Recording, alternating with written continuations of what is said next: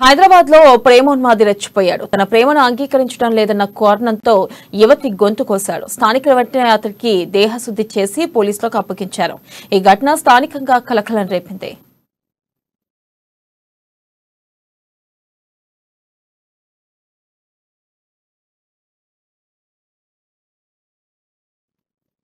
హైదరాబాద్ లో ప్రేమోన్మాదం మరోసారి పడగవిప్పింది. ప్రేమను నిరాకరించిందన్న కోపంతో యువతి గొంతు కోశాడు ఓ ప్రేమోన్మాది.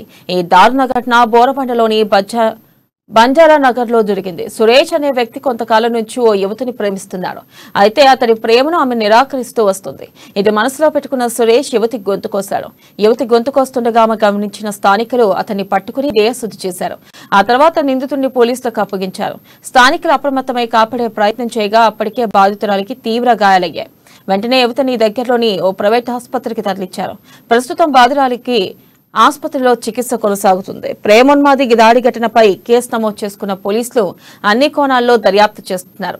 నిందితుడిని అదుపులోకి తీసుకున్న పోలీసులు అతన్ని విచారిస్తున్నారు. గతంలో ఇలాంటి సంఘటనలో కొందరు ఘటన జరుగుతుంటే వీడియోలు తీస్తూ అలా చూస్తూ ఉండిపోయారు. ఇక్కడి వారు మాత్రం ఓ ఉన్మాది దాడి నుంచి ఆడకూతురును కాపాడేందుకు సాయశక్తులా యత్నించారు.